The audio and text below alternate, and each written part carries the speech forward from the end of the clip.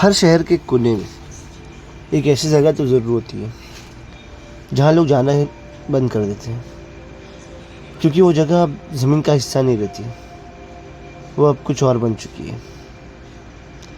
South wing mall एक ऐसी अधूरी इमारत जहाँ ना रोशनी पहुँचती है ना ही दुआ। कहते हैं वो हिस्सा कभी भी पूरा नहीं हुआ, क्योंकि वहाँ कोई नहीं चाहता था कि वो पूरा हो, और अब वहाँ जाना मतलब खुद को उस इमारत का हिस्सा बना देना है। हेलो फ्रेंड्स, मेरा नाम है मिस्टर एस, और स्पाइसी एंटरटेनमेंट की इस नई वीडियो में मैं आप सभी का तहे दिल से स्वागत करता हूँ। आज जो कहानी मैं आपको सुनाया जा रहा हूँ वो है साउथ विंग मॉल की। एक ऐसा विंग जो कभी बन ही नहीं पाया, या शायद किसी अदृश्य शक्ति ने कभी बनने ही नहीं दिया। इस कहानी के 4 मुख्य पात्र हैं। रवि, जो कि यूट्यूबर है और इस टीम का लीडर है। दूसरी है काव्या, जो कि ऑडियो एक्सपर्ट है। तीसरा आयुष, जो कि कैमरामैन है। और चौथी तन्वी, जो कि रवि की दोस्त है और साइकोलॉजी की स्टूडेंट है। टीम ने जब साउथ विंग में कदम रखा तो उन्हें एक पुरानी अधूरी लिफ्ट मिली। रवि ने अपनी टीम को कहा, चलो नीचे का एक शॉट ले लेते हैं। चारों अंदर गए, पर जैसे ही लिफ्ट नीचे जाने लगी, फ्लोर नंबर 2 से आगे कोई बटन नहीं था, पर लिफ्ट नीचे जा रही थी। फ्लोर नंबर 1, फिर 2, फिर 3, और फिर सब ब्लैक हो गया। लिफ्ट रुक गई, पर दरवाजे नहीं खुले। कुछ सेकंड बाद किसी ने बाहर से खटखटाया। तन्वी ने डर के मारे कांपते हुए पूछा, बाहर कौन है? बाहर से कोई जवाब नहीं आया, बस खटखटाहट धीरे धीरे अंदर आने लगी। ऊपर निकल के वे एक पुराने बुटीक में पहुंचे। वहाँ बड़े बड़े शीशे थे जिनमें अक्स धुंधले होते जा रहे थे। काव्या ने देखा, हर शीशे में चारों के रिफ्लेक्शन है, पर एक शीशा ऐसा था जिसमें 5वां शख्स भी खड़ा था। उसकी गर्दन टेढ़ी और चेहरा झुका हुआ था। जब काव्या पलटी तो वहाँ उन चारों के अलावा और कोई नहीं था, पर जैसे उन्होंने कैमरा ऑन किया, वो अक्स कैमरे में धीरे धीरे उनकी तरफ झुकता हुआ दिखाई दिया, पर असल में कोई सामने था नहीं। एक अधूरी निर्माण साइट में आयुष ने जमीन पर किसी को लेटा हुआ देखा। शायद वो कोई मजदूर था। उसने पूछा, भाई तू यहाँ क्या कर रहा है? तो सामने से आवाज़ आई, हम निकल नहीं पाए, अब तुम भी नहीं निकल पाओगे। जब रवि दौड़कर वहाँ पहुँचा, जमीन पर सिर्फ सूखा खून और एक पुराने मजदूर की टोपी पड़ी हुई थी। रवि बहुत डर गया।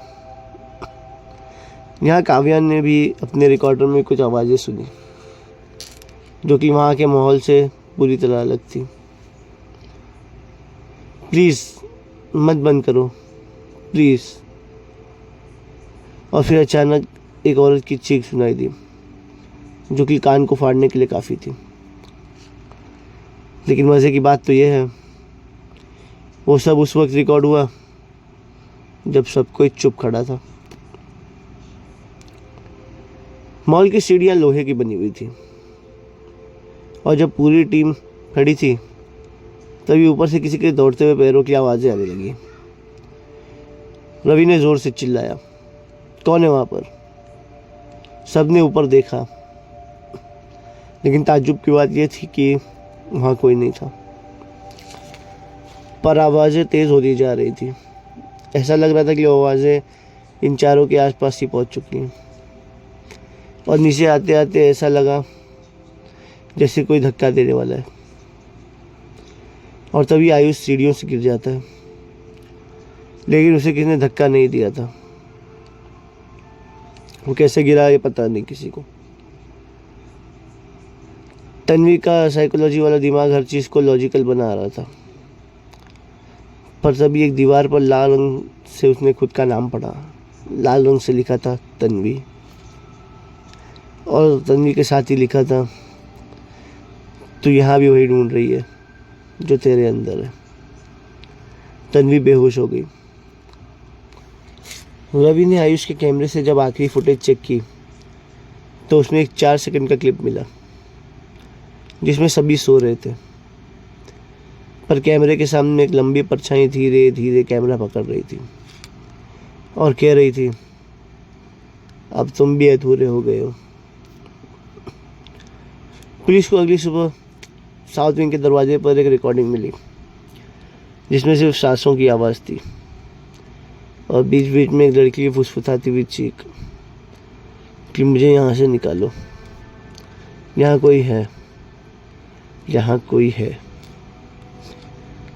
रवि, काव्या, तन्वी और आयुष उस हादसे के बाद कभी नहीं मिले, पर एक बात तो तय है कि साउथ विंग अब अधूरा नहीं रहा, वो पूरा हो रहा है हर उस इंसान से जो अंदर जाता है।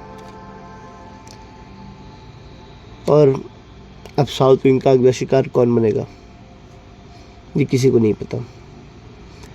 वो चारों दोस्त कहाँ हैं ये भी कोई नहीं जानता, मगर इतना ज़रूर जानते हैं कि साउथ विंग का श्राप अब भी जिंदा है।